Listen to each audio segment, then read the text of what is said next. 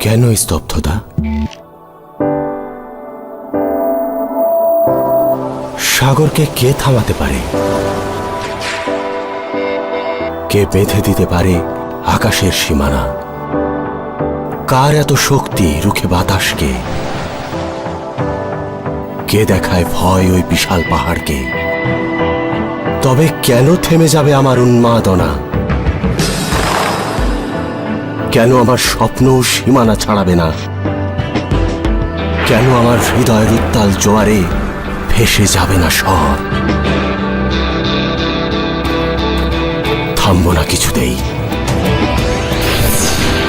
কখনোই।